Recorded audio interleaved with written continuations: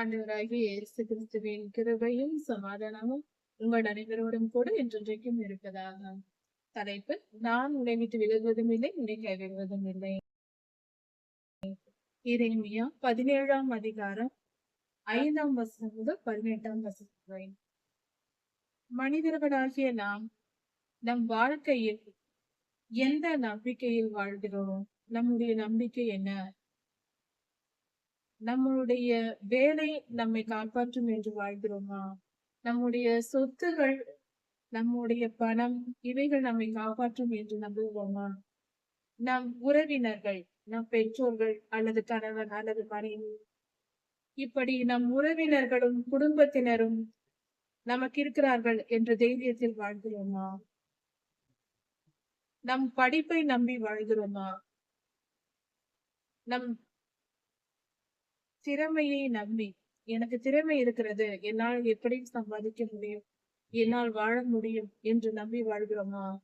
நம்முடைய நண்பர்கள், உறவினர்கள், மற்ற எந்த காரியத்தை நம்பி வாழ்கிறோம்? அல்லது கர்த்தரை நம்பி வாழ்கிறோமா? நம் நம்பிக்கை என்ன? எதை ஆதாரமாய் வைத்து நம் வாழ்க்கை ஓடுகிறது? இதை கவனித்து பார்க்கிறோம். கர்த்தரை தவிர எதை நம்பி வாழ்ந்தாலும் அப்படிப்பட்ட வாழ்க்கை தவறானது. அது கர்த்தருடைய ராஜ்யத்தில் நம்மை சேர்க்காது. இதை மிக தெளிவாய் இந்த வேத பகுதி நமக்கு சொல்லிக் கொடுக்கிறது.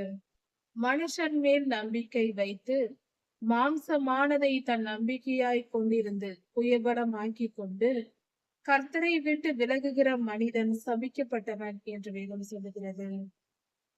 இப்படி வாழ்ந்தால் நமக்கு சாபம் வரும் என்று கர்த்தர் சொல்லுகிறார். இன்று அநேகர் பலவித வியாதிகள், தீராத வியாதிகள் போன்ற காரியங்களால் பாதிக்கப்பட்டு துன்பப்பட்டு கொண்டே தங்கள் வாழ்க்கை வாழ்கிறார்கள். பணம் இருக்கும், வேலை இருக்கும், ஐஸ்வர்யம் இருக்கும், குடும்பம் இருக்கும், ஆனால் வியாதி கூடவே இருக்கும். நிம்மதியாய் சாப்பிட முடியாது, தூங்க முடியாது, தத்தகித்து வாழ்ந்து கொண்டிருப்பார்கள். பிபி, சுகர் போன்ற பிரச்சனைகள் வந்தால் மிகவும் கடினமாய் இருக்கும் வாழ்க்கை. சரி, ஏன் அப்படி வருகிறது என்று என்றாவது ஆராய்ந்து பார்ப்போமா? கர்த்தருடைய பிள்ளைகள், வேத வசனங்களை தியானிக்கிற நாம், வேத வசனத்தை சுமந்து திரிகிற நாம், கர்த்தரை ஆராதிக்கிற நாம், வாரந்தோறும் கர்த்தரை ஆராதித்து அவருடைய திருப்பந்தியில் சேருகிற நாம் யோசித்து பார்க்கிறோமா? ஏன் இதெல்லாம் வருகிறது? நிச்சயமாய் வேத வசனத்தில் நமக்கு தெளிவாய் சொல்லப்பட்டிருக்கிறது. நாம் இவ்வுலக காரியங்களை விக்கிரகமாக்குவதினால் இப்படி நமக்கு வருகிறது. நம்முடைய தவறுதான் இதற்கு காரணம். நாம் செய்யும் பாவங்கள், அக்கிரமங்களே நமக்கு வியாதிகளையும் நோய்களையும் பலவித பிரச்சனைகளையும் நமக்கு கொண்டு வருகிறது. கர்த்தர் மேல் நம்பிக்கை கொண்டாமல் ஒரு வேலைக்கு போகிறோம். நல்ல வேலை, அரசாங்க வேலையா இருக்கலாம், நல்ல சம்பளம் கிடைக்கிற நிரந்தரமான ஒரு வேலை கிடைக்கிறது. படித்து விட்டோம், வேலையும் கிடைத்து விட்டது, நல்ல சம்பளம், போகிறோம். அந்த வேலையில் கர்த்தருடைய வார்த்தையை மீறுகிற ஒரு செயலை செய்ய சொல்லுகிறார்கள். நல்ல சம்பளம் கொடுக்கிற ஒரு நிறுவனம், போனால் அந்த வேலை கிடைக்காது திரும்பவும். அப்படிப்பட்ட ஒரு சிறந்த நிறுவனம், ஒன்றுமில்லை, ஒரு விக்கிரக ஆராதனை, ஒரு வழிபாடு இருக்கிறது, நீங்களும் அதில் கலந்து கொள்ள வேண்டும் என்று சொன்னால் நாம் என்ன செய்வோம்? இதற்கு ஒப்புக்கொள்ளவில்லை என்றால் அங்கு மன வருத்தம் வரும். வேலை செய்யும் இடத்தில் வருத்தம் வரும். நம்முடைய மேலதிகாரிகள் வருத்தப்படுவார்கள் என்று போய் நின்று கொண்டிருப்பது. இப்படிப்பட்ட காரியம் இது. கர்த்தரை விட்டு கொடுக்கிற காரியம் அல்லவா இது? இதற்கு பெயர்தான் நித்திரகாராதனை. கர்த்தரை நாம் கனப்படுத்தாமல், அவர் வார்த்தைக்கு கீழ்ப்படியாமல், கர்த்தர் முக்கியம் அல்ல, வேலை முக்கியம் என்று போய் அதில் கலந்து கொள்கிறோம் அல்லவா? இதுதான் மகா பெரிய பாவம். கர்த்தர் பார்த்து கொண்டே இருப்பார். என் வார்த்தை உனக்கு முக்கியம் அல்ல, அந்த வேலைதான் உனக்கு முக்கியமா என்று நினைப்பாரா இல்லையா? என்னை விட்டு போய்விட்டாய் அல்லவா, உனக்கு அதுதான் முக்கியம், என்னை விட அது உனக்கு பெரியதாகிவிட்டது. உன் வேலை உனக்கு விக்கிரகமாய் இருந்தால் பரலோகத்தை நினைக்காதே, நினைத்து பார்க்காதே. உன் படிப்பு உனக்கு முக்கியமாய் இருந்தால், கர்த்தரை விட உனக்கு முக்கியமாய் இருந்தால் வாழ்ந்து கொள், படித்துக்கொள், வாழ்ந்து கொள். கர்த்தருடைய ராஜ்யத்தை நினைத்து பார்த்தாரு. பரலோகம் போகும் என்று எதிர்பார்க்க வேண்டாம். பரலோகத்தின் ராஜாதி ராஜா அவர்தான், கர்த்தர்தான். அவரை கனப்படுத்துகிறவர்கள், அவரே வாழ்க்கை என்று நினைக்கிறவர்கள் மட்டுமே, அவருக்கு வாழ்க்கையில் முதலிடம் கொடுக்கிறவர்கள். படிக்கலாம், வேலைக்கு செல்லலாம், எல்லாம் செய்யலாம். முதலிடம் யாருக்கு? நாம் யாருக்கு அதிக கனத்தை கொடுக்கிறோம்? வேலைக்கு செல்லுகிறோம், அங்கு கர்த்தருக்கு விரோதமான ஒரு காரியத்தை செய்ய சொன்னால், அங்கு கர்த்தருக்கு சாட்சியாக நான் செய்ய மாட்டேன் என்று சொல்ல வேண்டும். நான் ஒரு கர்த்தருடைய பிள்ளை, நான் கர்த்தருக்கு கீழ்ப்படுகிறவள், நான் இந்த காரியத்தை செய்ய மாட்டேன், இது என் பரம தகப்பனுக்கு பிடிக்காது என்று சொல்லி கர்த்தரை கனப்படுத்த வேண்டும். நாம் வேலை இருந்தால் என்ன, போனால் என்ன, இப்படி செய்தால் நாமே கர்த்தருடைய ஜனமாய் இருக்கிறோம். கர்த்தர் அந்த நிறுவனத்திற்கு முதலாளியாக்குவார் நம்மை, வேலைக்காரர்களாக அல்ல. அவர் மிக பெரியவர். அந்த நிறுவனம் மட்டுமல்ல, உலகத்தில் இருக்கிற எல்லா நிறுவனங்களுக்கும், எல்லா அரசாங்கத்திற்கும், இது போன்ற எல்லா உலகங்களுக்கும் அதிபதி அவர். அவருக்கல்லவா நாம் பயப்பட வேண்டும்?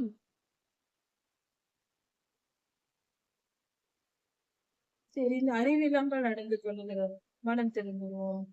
மனம் திரும்பினால் நிச்சயம் அடைந்துள்ளோம். இதைதான் ஆண்டவர் சொல்லுகிறார்.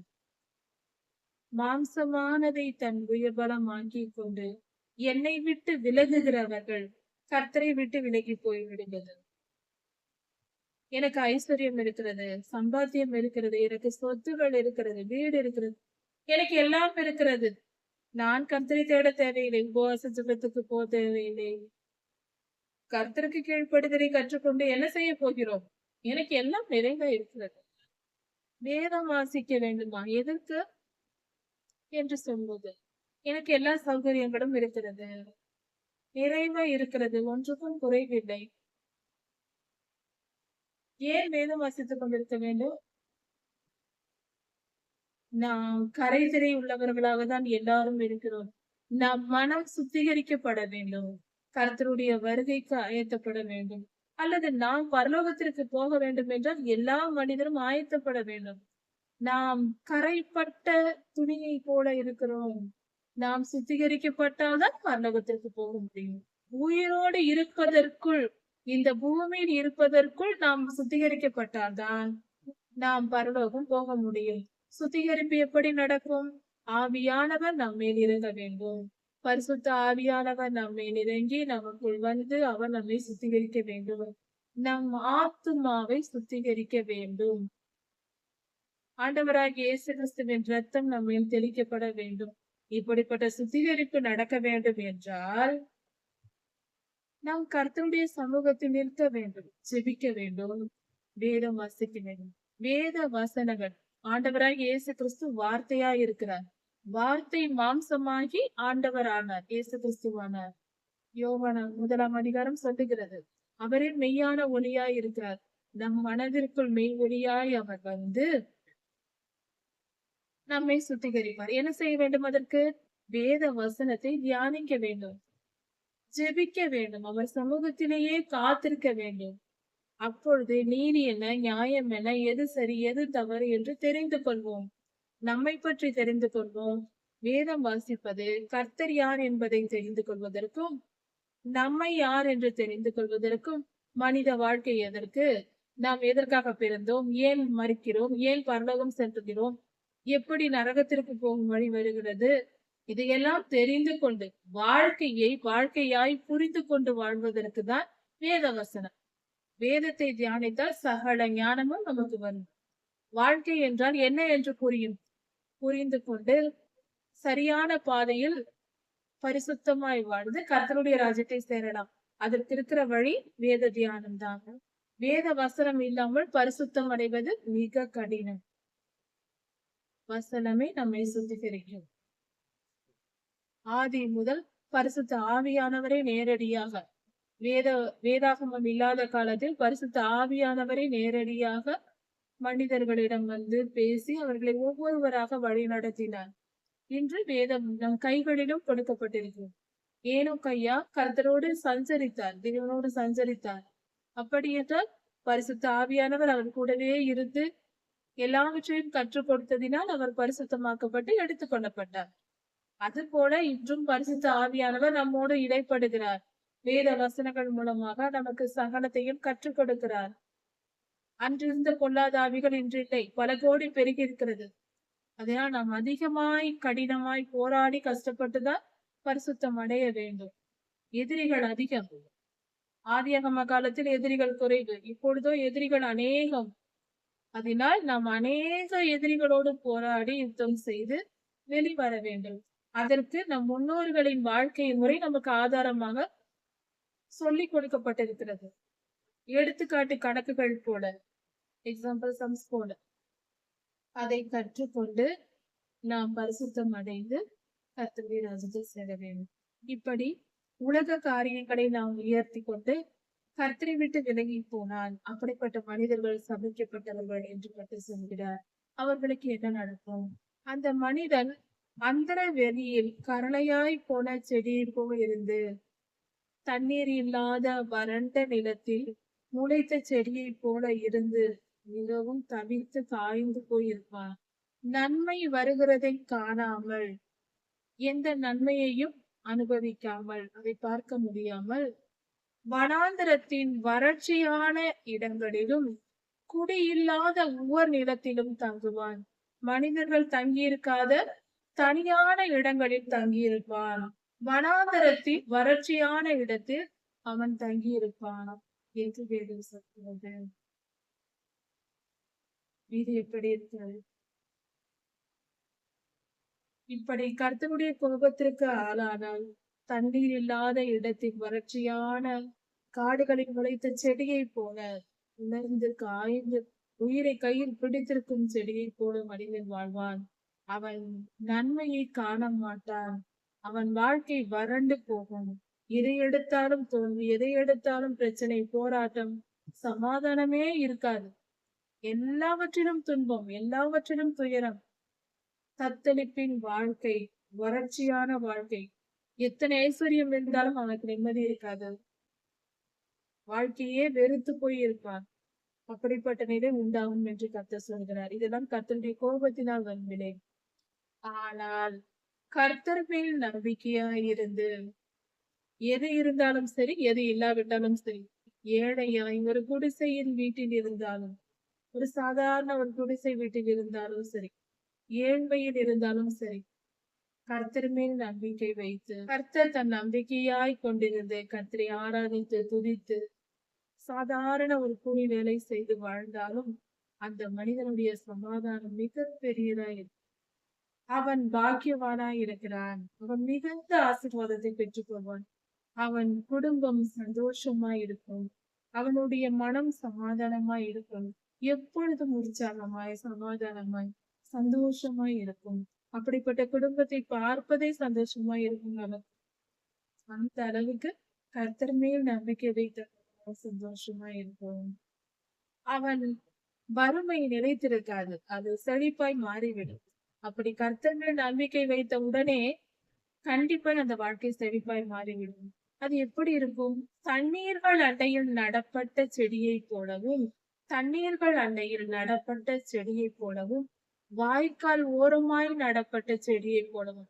வாய்க்கால் ஓரத்திலேயே இருந்தால் அந்த செடி தண்ணீர் எப்பொழுதும் அதற்கு கிடைத்துக் கொண்டே இருக்கும்.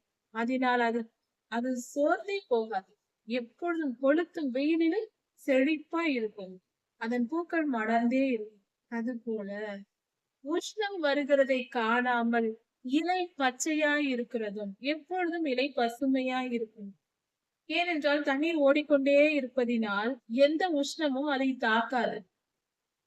செழிப்பா இருக்கும் அந்த செடி. வாய்க்கால் ஓரமாய் இருக்கிற செடிகள் எப்பொழுதும் செழிப்பா இருக்கும். மழை தாட்சியான காலத்திலும் வருடங்களிலும், மழை அதிகம் பெய்யாமல் குறைந்த மழை பெய்கிற வருடங்களிலும் கூட அது நிறைவான கனியை தரும். வருத்தமின்றி தப்பாமல் கனி தருகிற அது கனியை கண்டிப்பாய். மழை பெய்யவில்லை என்றால் சில மரங்களில் பழமை பழுக்காது ஒரு சில வருடங்களில். அப்படி இல்லாமல் அது தவறாமல் கனி கொடுக்கும். மழை பெய்யவில்லை என்றாலும், அதிக மழை இல்லை என்றாலும், அந்த வருடமும் அந்த மரங்கள் கனி கொடுக்கும். அது போல இருக்கும். கனி கொடுக்கிறதுமான மரத்தை போல் இருப்பான். இப்படிப்பட்ட அந்த செடியை போல, அந்த கனி தரும் மரம் போல, அந்த மனிதன் வாழ்க்கை செழிப்பாய் இருக்கும். கர்த்தர் மேல் நம்பிக்கை வைத்தால் உலக காரியத்தை நம்பவும், உலக காரியத்தை நம்பாமல் எது இல்லாவிட்டாலும் பரவாயில்லை, கர்த்தர் என்னோடு இருக்கிறார், என் தெய்வம் என்னை காப்பாற்றுவார் என்று ஒரு சிறிய வேலை செய்து, கூலி வேலை செய்து வாழ்க்கையை தொடங்கினாலும் கர்த்தர் அளவில்லாமல் ஆசீர்வதிப்பார். பெரிய ஆசீர்வாதங்களை தருவார். அந்த மனிதன் செழிப்பாய், சந்தோஷமாய், சமாதானமாய் வாழலாம். இப்படிப்பட்ட வாழ்க்கையை நாம் விரும்புவோம். கர்த்தர் மேல் நாம் நம்பிக்கை வைப்போம். நம்மிடத்தில் எத்தனை ஐஸ்வர்யம் இருந்தாலும் சரி, வேலை, படிப்பு போன்ற எத்தனை காரியங்கள் இருந்தாலும் எல்லாம் இருக்கட்டும். அதெல்லாம் கர்த்தர் கொடுத்ததுதான் என்ற உணர்வு நமக்கு தேவை. நமக்கு நல்ல ஆரோக்கியம் இருந்ததினால்தான் படிக்க முடிந்தது, பரீட்சை எழுத முடிந்தது, நாம் நல்ல ஒரு நிலைக்கு வர முடிந்தது. வேலை கிடைத்ததினால்தான் நமக்கு வேலை இருக்கிறது. கர்த்தரே அதை கொடுத்தார். அப்படி இருக்க அவர் மேல் நம்பிக்கை வைக்காமல் இதை மேல் நம்பிக்கை வைக்கலாமா? அவர் மேல் நம்பிக்கை வைத்து எல்லா ஐஸ்வர்யத்தையும் நாம் அனுபவித்து வாழலாம், தவறில்லை. கர்த்தரே எல்லாவற்றையும் கொடுக்கிறார். அதனால் நம் நம்பிக்கை மேல் இருக்கணும். எல்லாவற்றையும் பார்க்கிலும் இருதயமே திருக்குள்ளதும் மகா கேடுள்ளதுமாய் இருக்கிறது, அதை அறியத்தக்கவன் யார் என்று கர்த்தர் சொல்கிறார். இந்த மனிதனுடைய மனம்தான் திருக்குள்ளதா இருக்கிறதா, மகா கேடுள்ளது. கெட்ட எண்ணங்கள் நிரம்பியது மனம். மனிதனுடைய மனம்தான் மிகவும் மோசமானதா இருக்கிறது. தவறான சிந்தனைகளை நினைப்பது, தவறான திட்டங்களை போடுவது, பிறரை துன்பப்படுத்த, சுயநலமாய் வாழ்வதற்கு பல காரியங்களை, மகா கேடான எண்ணங்களை மனம் வைத்திருக்கிறது. கலாச்சார 5 சொல்லப்பட்டிருக்கிற மாம்சத்தின் கிரியைகள் 17 காரியங்கள் இருக்கிறது. அதை அங்கு இருக்கிறதை நாம் நினைத்துக் கொள்வோம். இதுதான் நம் இருதயத்தில் இருப்பது, அதை அகற்றி போட வேண்டும். அதை அறியத்தக்கவன் யார், என்ன இருக்கிறது என்று தெரிந்து கொண்டவன் யார்? நம் மனதில் என்ன இருக்கிறது என்று நமக்கு தெரிவதில்லை. ஆராய்ந்து பார்க்க வேண்டும். அதை அறியத்தக்கவன் யார்? வேதத்தை தியானித்தால் தெரியும். கர்த்தரை நாம் தேட தொடங்கினால் நமக்கு அது புரிய தொடங்கும். நம்மிடத்தில் என்ன குற்றம் குறைகள் இருக்கிறது, நம் மனதில் என்ன தீய எண்ணம் இருக்கிறது, எதை சரிப்படுத்திக் கொள்ள வேண்டும் என்று பரிசுத்த ஆவியானவர் நமக்கு சொல்லிக் கொடுப்பார். அதை நாம் சரிப்படுத்திக் கொண்டு நாம் திருந்தி வாழலாம். இப்படிதான் பரிசுத்தவான் ஆவது, மறுரூபம் அடைவது என்பது இதுதான். பரிசுத்த ஆவியானவர் நமக்கு ஒவ்வொரு நாளாய் ஒவ்வொரு காரியத்திலும் சொல்லிக் கொடுப்பார். இதை இப்படி செய்ய வேண்டும், இதை இப்படி செய்ய வேண்டும், இதில் தவறு இருக்கிறது என்று நமக்கு சுட்டி காட்டுவார். அதை வைத்து நாம் திருந்திக் கொள்ள வேண்டும். கர்த்தருக்கு கீழ்ப்படி. கர்த்தராகிய நானே ஒவ்வொருவனுக்கும் அவனவன் வழிகளுக்கும் அவனவனுடைய செய்களின் பலனுக்கும் தக்கதை கொடுக்கும்படிக்கு இருதயத்தை ஆராய்ந்து அறிகிறவராயிருக்கிறேன் என்று கர்த்தர் சொல்கிறார். அதாவது கர்த்தர் நம் இருதயத்தை ஆராய்ந்து அறிகிறார். நம் மனதில் என்னென்ன நினைக்கிறோம், நாம் எந்த வழியில் செல்கிறோம், எந்த அளவுக்கு பரிசுத்தமாய் வாழ்கிறோம், என்னென்ன பாவம் செய்கிறோம் என்று நம் வழிகளை அவர் அறிகிறார். நம்முடைய செயல்களை அவர் அறிகிறார். இதை அறிந்து கொள்ள நம் இருதயத்தை ஆராய்ந்து பார்க்கிறார். பக்கத்தில் நின்று நாம் என்ன செய்கிறோம் என்று பார்த்து சொல்வதல்ல, நாம் மனதில் என்ன நினைக்கிறோம், என்ன செய்கிறோம், என்ன செய்ய போகிறோம் என்பதையெல்லாம் அவர் நம் மனதிற்குள் நுழைந்து பார்த்து கண்டுபிடித்து அதற்கேற்ற பலனை தருகிறவர். நம் மனதில் தீய எண்ணம் வைத்துக் கொண்டு வெளியில் நல்ல காரியங்கள் செய்தால் அதற்கு பலன் கிடைக்காது. கர்த்தருக்கு காணிக்கை கொடுக்கிறோம், கொடுக்கும் போதே இன்று திருச்சபையில் எனக்கு நல்ல பேர் புகழ் கிடைக்கும் என்று நினைத்துக் கொண்டு நாம் அதிக காணிக்கை கொண்டு போய் கொடுத்தால் அதற்குரிய பலன் நமக்கு கிடைக்காது. நம் மனதில் என்ன எண்ணம் இருக்கிறது, கர்த்தரை கனப்படுத்த வேண்டும், கர்த்தருக்கு கொடுக்க வேண்டும் என்று நினைத்து கொடுக்க வேண்டும். கர்த்தாவே என்னை ஏற்றுக்கொள்ளும் என்று நம்மை தாழ்த்தி அபிலையாவை போல சந்தோஷமாய் கர்த்தருக்கு காணிக்கை செலுத்தும் பாக்கியம் எனக்கு கிடைத்திருக்கிறது என்று கொடுக்க வேண்டும். அப்பொழுதே கர்த்தர் அதை ஏற்றுக்கொள்வார். அதே போல தான தர்மங்கள் செய்வது கூட பேர் புகழுக்காக செய்தால் அதற்குரிய பலன் கிடைக்காது. நம் எண்ணம் சுத்தமா இருக்க வேண்டும், பிறர் நன்றாக இருக்க வேண்டும் என்ற எண்ணத்தில் நாம் உதவி செய்தால் அதற்குரிய பலன் நிச்சயம் நமக்கு கிடைக்கும். இப்படி சரியாய் நியாயத்திருப்பதற்கு கர்த்தர் இருதயத்தை ஆராய்ந்து அறிகிறவரும் உள்ளிந்திரியங்களை சோதித்தறிகிறவருமாய் இருக்கிறேன். இருதயம், உள்ளிந்திரியங்கள் என்றால் என்ன? இருதயம் என்றால் நம்முடைய மனம். நமக்கு வெளிப்படையாக நம் மனதில் என்ன நினைக்கிறோம் என்று நமக்கு தெரியும் அல்லவா? அந்த மனம். உள்ளிந்திரியங்கள் என்றால் சப்கான்சியஸ் மைண்ட் என்று சொல்வார்கள். ஆழ்மனம். அந்த ஆழ்மனதில் என்ன இருக்கிறது என்று கர்த்தர் அறிவார். அதை பார்ப்பார். உள்ளந்திரியங்களை ஆராய்ந்து அறிந்து கொள்வாராம். இதில் ஒரு விஷயம் என்னவென்றால், அந்த உள் மனம் இருக்கிறது அல்லவா, அதில் என்ன இருக்கிறது என்று நம் மனதில் இருப்பதே நமக்கு தெரியாது. ஆழ்மனதில் நமக்குள் என்ன இருக்கிறது என்று நமக்கு தெரியாது. அதையும் கர்த்தர் ஆராய்ந்து அதற்கேற்ற பலனை கொடுப்பாராம். இது எப்படி இருக்கிறது? நாம் எவ்வளவு அற்பமானவர்கள், கர்த்தர் எவ்வளவு பெரியவர் என்று புரிகிறது அல்லவா? வேதம் வாசித்தால் எல்லாம் புரியும், சகலமும் புரியும். கர்த்தர் நல்லவர். அவர் நம்மை ஆராய்ந்து நீதியை நியாயம் தீர்ப்பார். யாராவது ஒரு ஏழை வருகிறார், பசியோடு ஒருவர் வருகிறார், நாம் இறக்கப்பட்ட ஐயோ ஆகும் பசியோடு இருக்கிறார்களே என்று நமக்கு நம்மிடம் இருக்கிற ஒரு உணவு ஏதோ நம் கையால் முடிந்ததை வாங்கி நாம் கொடுக்கிறோம் என்றால் அது சிறிய உதவியா இருக்கலாம். ஆனால் கர்த்தர் அதற்கு பெரிய பலனை தருவார். ஏன் தெரியுமா? உண்மையாய் அவர்கள் துன்பத்தை கண்டு, பசியை கண்டு நாம் இறக்கப்பட்டு உண்மையாய் செய்கிறோம். ஒரே ஒருவருக்கு நாம் உணவு கொடுத்தோம், அதற்கு பலனை கர்த்தர் நிச்சயம் நமக்கு தருவார். அதே சமயத்தில் அதை நாமே ஒரு 100 பேருக்கு உணவு அளித்து அதை பெருமைக்காக பலர் போற்றும்படியாக நல்ல பெயர் கிடைக்க வேண்டும் என்று ஒரு பெருமைக்காக நாம் செய்கிறோம், பலரும் தெரிந்து கொள்ளட்டும் என்று பேர் புகழுக்காக செய்தால் அதற்கு பலன் கர்த்தர் கொடுக்க மாட்டார். நாம் 100 பேருக்கு செய்தாலும் பிரயோஜனமே. பேர் புகழுக்காக செய்தாய், அதை பெற்றுக்கொள். நீ உண்மையாய் இறக்கப்பட்டு செய்தாயா என்றுதான் கர்த்தர் பார்ப்பார். இதுதான் வித்தியாசம்.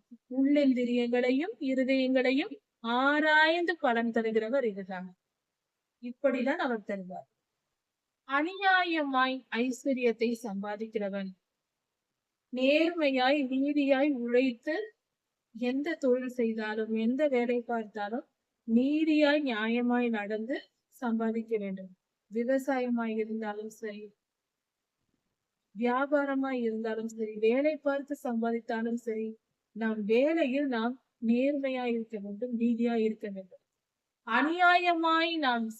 அநியாயம் செய்து அதிக பணம் சம்பாதிக்க வேண்டும், சீக்கிரமாய் சம்பாதிக்க வேண்டும் என்றால், அப்படி செய்து நாம் ஐஸ்வர்யத்தை சேர்த்தால் அது எதற்கு சமமா? முட்டையிட்டு அவயம் காத்து குஞ்சு பொறிக்காது இருக்கிற கௌதாரிக்கு சமமாய் இருக்கிறதா? கௌதாரி முட்டையிடுமாம், ஆனால் அதை அடைக்காக்குமாம். ஆனால் அது கொஞ்சம் பொறிப்பதற்குள்ளே கெட்டு போகும்படி விட்டு போய்விடுமாம். அது போல இருக்கிறதா? அதாவது ஒரு மனிதன் அநியாயமாய் சம்பாதித்தால் அதன் பலனை அவன் அனுபவிக்க முடியாது என்று கர்த்தர் சொல்கிறார். அதன் பலனை அனுபவிக்காமலே அவன் வாழ்க்கை முடிந்து போகும். அவன் தன் பாதி வயதிலே அதை விட்டு தன் முடிவிலே அவன் மூடனாய் இருப்பான், முட்டாளாய் இறந்து போவான். அநியாயமாய் சம்பாதித்தால் அதனால் அவனுக்கு பலன் இருக்காது.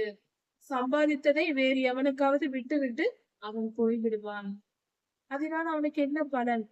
அநியாயம் செய்து பாவத்தை தான் சுமந்து கொண்டான். அதனால் அநியாயம் செய்யக்கூடாது. நியாயமாய் நீதியாய் கொஞ்சம் வருமானம் இருந்தாலும் அதை வைத்து வாழ வேண்டும். கர்த்தரை நம்பிக்கையாய் இருக்கிற மனிதர்கள், கர்த்தரை நம்பி இருக்கிற இஸ்ரவேலர்கள், கர்த்தருடைய உண்மையான பிள்ளைகள், நாம் எங்கள் பரிசுத்த ஸ்தானம் ஆதி முதற்கொண்டு உயர்ந்த மகிமையுள்ள சிங்காசனமாய் இருக்கிறது. நம்முடைய இடம் எங்கே இருக்கிறது? கர்த்தரிடத்தில். உயர்ந்த உன்னதமான சிங்காசனத்தில் நாம் வாழப்போகிறோம். கர்த்தரோடு கூட இணைந்து வாழ்கிற வாழ்க்கை பரிசுத்த உயர்ந்த வாழ்க்கை. கர்த்தருடைய பிள்ளைகள் அந்த மேன்மையை அடைய முடியும், நீதியையும் நியாயத்தையும் கடைபிடிக்க முடியும். இஸ்ரவேலின் நம்பிக்கையாகிய கர்த்தாவே, உம்மை விட்டு விலகி போகிறவர்கள் வெட்கப்பட்டு போவார்கள். உம்மை விட்டு விலகுகிற யாவரும் வெட்கப்பட்டு போவார்கள். இதன் பொருள் என்ன? வெட்கப்பட்டு போவது என்றால் அவர்கள் நினைத்த காரியம் நடக்காமல், அவர்கள் எதிர்பார்த்திருந்த காரியம் எல்லாம் தோல்வி அடைந்து அவமானத்தால் வெட்கப்பட்டு போவார்கள். நான் நம்பியிருந்தேன், இது நடக்கவில்லையே, இது நிச்சயம் நடக்கும் என்று நினைத்தேனே, முடியவில்லையே என்ற அவமானத்தால் கூனி போய் போவார்கள். இப்படிப்பட்ட நிலை வரும் என்று கர்த்தர் சொல்கிறார். கர்த்தரை விட்டு விலகுகிறவர்கள் அவர்கள் எதை நம்புகிறார்களோ அது நடக்காமல் போய் அவமானத்தால் கூனி குறுகி போவார்கள். அவர்கள் ஜீவனுள்ள தண்ணீராகிய கர்த்தரை விட்டு விலகி போவதினால், ஜீவனுள்ள தண்ணீரின் ஊற்றாகிய ஜீவ தண்ணீர் ஊற்று கர்த்தர் தான். அவரை விட்டு விலகி போவதினால் அப்படிப்பட்டவர்களின் பெயர் புழுதியில் எழுதப்படும். கர்த்தரின் அன்பை ருசித்து கர்த்தரை அறிந்து கொண்டு அவரை தெரிந்து கொண்ட பின்பும் அவர் வேண்டாம் என்று விட்டு போகிறார்கள் அல்லவா? கர்த்தரை விட்டு விலகி போகிற ஜனங்கள், அவர்களுடைய பெயர் புழுதியில் எழுதப்படும் என்றால் அவர்கள் பரலோகத்தில் சேரார்கள். அவர்கள் முடிவு அக்கினி கடலாயிருக்கும். கர்த்தாவே என்னை குணமாக்கும். நாம் செய்கிற ஜெபம் இது. கர்த்தாவே என்னை குணமாக்கும், நான் குணமாவேன். என்னை காப்பாற்றும், நான் பத்திரம் அடைவேன். என்னை ரட்சியும், நான் ரட்சிக்கப்படுவேன் என்று ரட்சிப்பீர்கள் பாதுகாப்பு.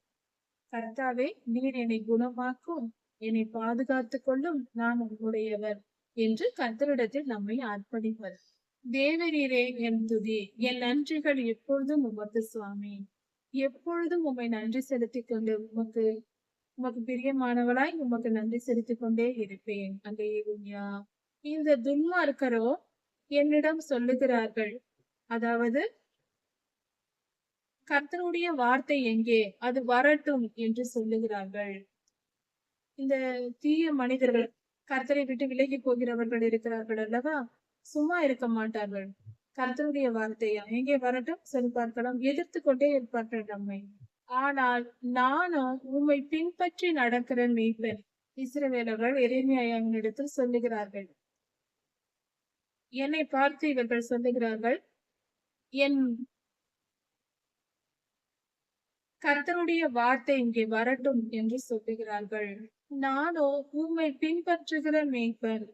அவர்கள் அப்படி பேசுகிறார்கள். நான் உம்மை பின்பற்றி நடக்கிற மேய்ப்பனாய் இருக்கிறேன் சுவாமி. இதற்கு நான் மிஞ்சி நடக்கவில்லை. ஆபத்து நாளை நான் விரும்புகிறதும் இல்லை. அது உமக்கு தெரியும் சுவாமி. நான் உமக்கு பயந்து நடக்கிற மனிதன். அவர்களை போல பாவம் செய்ய என் மனதிற்கு இடம் கொடுக்க மாட்டேன். ஆபத்து நாளை நான் வெறுக்கிறேன். நான் அதை விரும்ப மாட்டேன் சுவாமி. அது உமக்கே தெரியும்.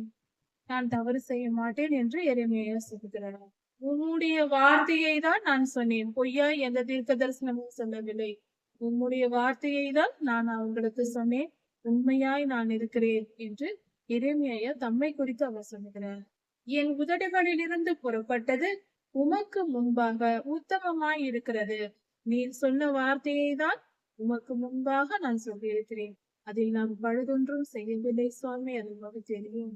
நீர் எனக்கு பயங்கரமாய் இராதேயும், தீங்கு நாளில் நீரே என் கதி.